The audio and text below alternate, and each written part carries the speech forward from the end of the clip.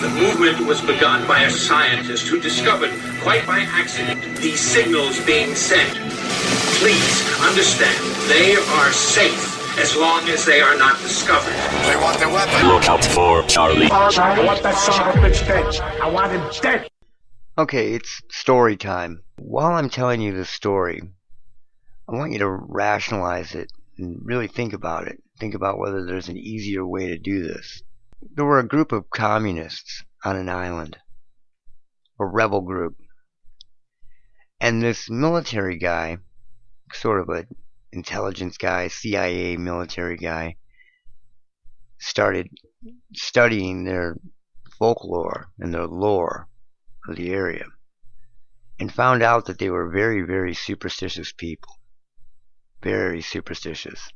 So what he started learning about as he got in depth was that there was a vampire type creature in their lore called the Aswang, and it would suck your blood and leave you there bloodless, as a bloodless sack. So what he did was he started putting out rumors that there were Aswang in the area, and seeded these rumors over time, long time. After a while, the rumors were firmly planted in the area. This Aswang was living within their village and within their area. And that just wasn't enough for him. So late at night, him and a few of his guys went and snagged a patrolman from the communist rebel group. And they took him out to the woods. And they hung him upside down by his ankles. And they stabbed him with a military knife in the neck and bled him out like a pig. Literally bled that guy out till there was nothing left in him. And then brought him down, took his body back over to the area that it belonged, and left it there for the people to find. And when they did, they all freaked out because there was an Aswang in the area, and that had just proved it. It proved the rumors. So they left. The guy didn't even have to fight for the land. It's a funny story, right? But it would be so much easier to just take some tanks in, blow some shit up, and then rebuild the infrastructure. Easy. And any person would say that. Any rational thinking person would say, well, why wouldn't you just go in and take them out? But the story I just told you is true. And it happened in the Philippines. That is a true story. And it was done by the CIA and the military to actually get communist rebels out of an area. And it worked. Not a whole lot of heart put into that. Imagine the time and resources that they put in to keeping you under control. And people come to this channel all the time wanting to convince me that the evidence that I have is paranormal and not technology. And that's exactly what they would do. You know? But this is why the military, the media, they always get behind Bigfoot stuff, ghost stuff, UFO stuff, because it hides what they do. They've hidden what they do within UFOs and ghosts and paranormal and Bigfoot and Dogman and, you know, their Blue Beam projects. They've hidden all these different projects within these different paranormal niches. So it's just amazing that when you tell somebody a true story, the true story sounds absolutely unbelievable. You would just think that somebody would just go about it totally simple, but they don't. That's not how they do it. This is how they do it. Now, to prove what I'm talking about, I want to talk about a guy that I actually talked about like 2 or 3 years ago. And this was a guy that was from the Ashtar Command that was literally receiving telepathic messages from the aliens. And people were listening to him.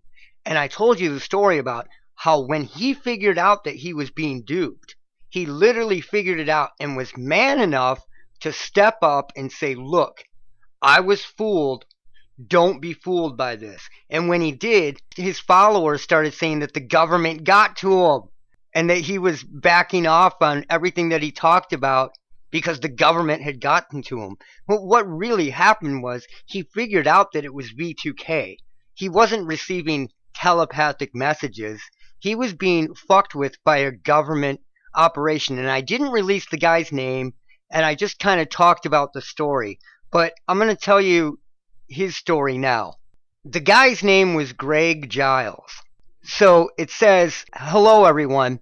I will be taking down this blog shortly in the days ahead, as I do not want to see anyone else entrapped in the horrible U.S. government PSYOPS, psychological operations program, that had lured me into this trap some years ago and has refused release of its clench on me and my life. At this time, I am leaving this blog up simply to get the message out to the remaining visitors and hope that they will help share this message far and wide." They didn't do that. They turned on him and said the government got to him. This happens all the time with these people because they believe so much. It's easier to fool somebody than to convince them they've been fooled, and that's a fact. It really is. You know, blah, blah, blah, blah, blah. I have been unable to delete the associated content as PSYOPS agents have successfully hacked this blogger program. The so-called channeled messages I received, claiming to be from my soul family from the stars, were in fact simple radio waves sent by U.S. government agents, allegedly from the military-industrial complex, working in concert with volunteers, many of which are secret society members who help propagate enormous numbers of hoax news stories and UFOs and related space news. Think about what this guy's telling you. He was big enough to drop everything that he believed in for years and realize that he had been completely fucking duped. And you have all these Bigfoot people that are hearing noises. They never see anything. They're just hearing noises. They rarely see anything. And the people that do see stuff, it is, when you listen to the details, it is very, very blue beam hologram-esque. And you have no idea how realistic holograms are now. In fact, when they show holograms to people, the public, they put a Star Wars blue line around it and make them look very unrealistic because they quote-unquote don't want to scare people. Seriously, look that up. So you have this guy that at least came forward and admitted it. They hide it within all this stuff. All of it. Especially the paranormal and aliens and all that shit. And you think it's some kind of coincidence that the government is now, letting these UFO stories simmer and propagate and turn into these huge things. You look up, the government's going to admit UFOs. The government's going to admit UFOs. And people say to me, you don't believe in the paranormal. You don't believe in aliens. I used to believe in all of that shit, man. And I still believe in the paranormal. But the average person does not know how to differentiate between the two and figure out what is what. And I would say at least 85% of all paranormal instances are technology and not actually ghosts and ghouls and goblins. But at least I'm man enough to admit it. I got duped. In a lot of these situations, I was totally and completely duped by it. But I'm not duped anymore, and I haven't been duped in years and years and years.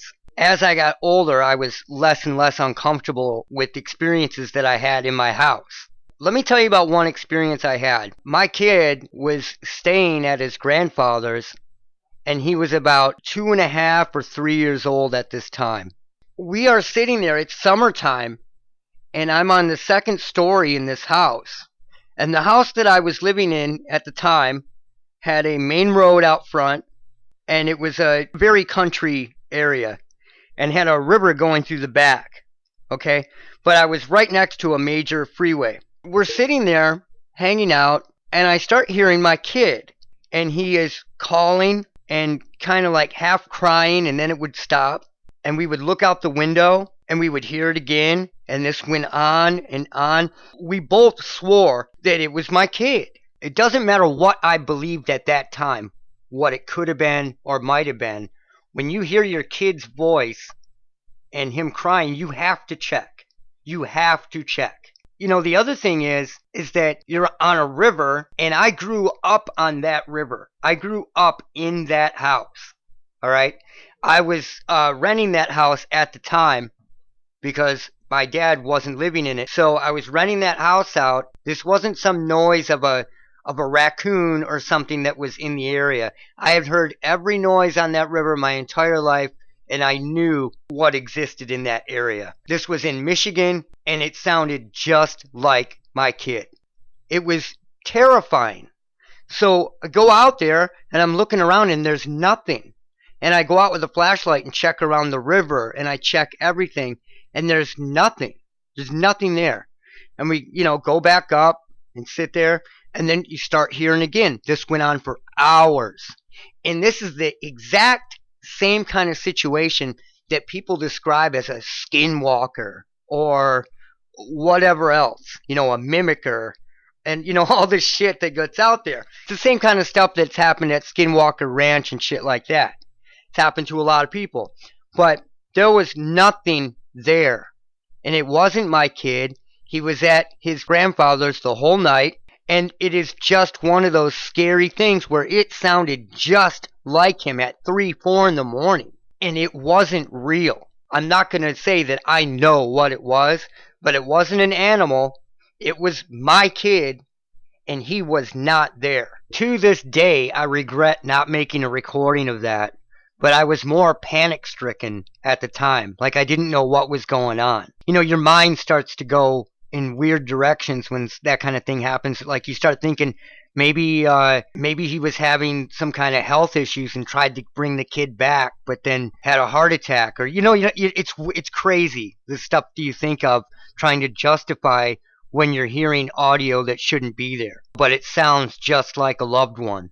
In fact, there were so many things that happened in that house through my entire life that were strange. We had lots of weird things going on in that house and around that house. So, when people act as though I have no experience with the paranormal and don't believe in it, I spent my entire childhood and teenage years completely believing in the paranormal. I just wish I had recordings and video evidence of the paranormal events that we went through so that I can analyze it now, because I'm pretty sure I would come to a different conclusion than I did when I was 3 or 14 or 16. Even the dudes that recorded the Sierra sounds back in the day and released them, I believe that what they were doing was legit 100%. However, they don't realize what made those sounds, because if you look at it as a body of evidence, they talked about hearing a tuning fork up above them over their heads. And then they would start hearing these voices talking. And you'd have these guys analyzing this going, yeah, and they speak in frequencies that humans can't even speak in. I mean, it's going way up. I have recording after recording after recording of that same type of thing following human voices, where it goes from 30 hertz and below to 17, 19,000 hertz. Human beings don't speak like that, but I have recordings like that showing something following the human voice speaking like that.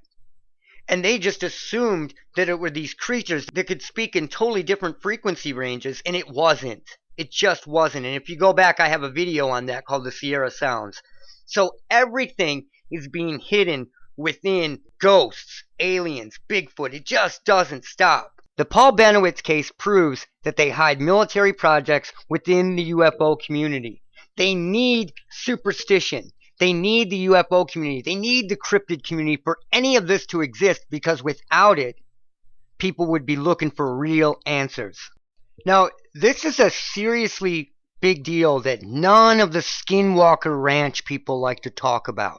They never talk about it. We're talking about the original owners that started to experience their shovels and their diggers up in the trees, strange blue meanies, and all the weirdness that came around them.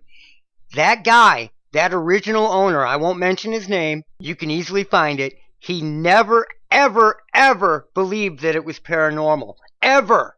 He always thought it was the government experimenting with technology on his property. And the reason why he went to the papers, he thought if he blew the whistle on it, it would stop. He never believed it was paranormal. from the very beginning. But they cover that up over and over and over. Now, have people out there seen real stuff? Of course they have. But 85-90% of it is not real. And when you're hearing something all the time and not seeing it, it's not real. When you're seeing something part of the time and what you saw is weird or disjointed or wrong, it is probably not real either. Are you big enough to stand up and say that you've been duped? I was, and I can admit it. Look out for Charlie.